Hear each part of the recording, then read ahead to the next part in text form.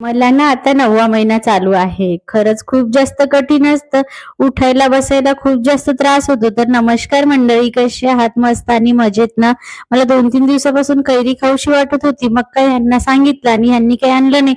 असं कधी होतच नाही. मग काल संध्याकाळी यांनी कैरी आणली होती. मग छान अशी मी कैरी एन्जॉय केली आणि दुपारचं काहीतरी तिखट खाऊ वाटत होतं. म्हणून मग मस्त असं मुरमुरेचा चिवडा बनवला होता आणि घरातनं भाजीपाला नेहमी आणलेलाच असतो. पण मला आता एकदमच बसायला होत नाही. त्यामुळे मी थोडं-थोडं करून भाजीपाला नीट करून घेत असते आणि लगेच यांना मी जस्ट कॉल आला आणि लगेच म्हटले, की माझी डिलिव्हरी ना बरोबर आमरसमध्येच येतीये आणि मला आंबे खायला काही भेटणार नाही यावर्षी ना आमरसही भेटणार नाही. मग काय असं म्हटलं यांनी संध्याकाळी लगेच आंबे आणले आणि कर म्हटले आमरस.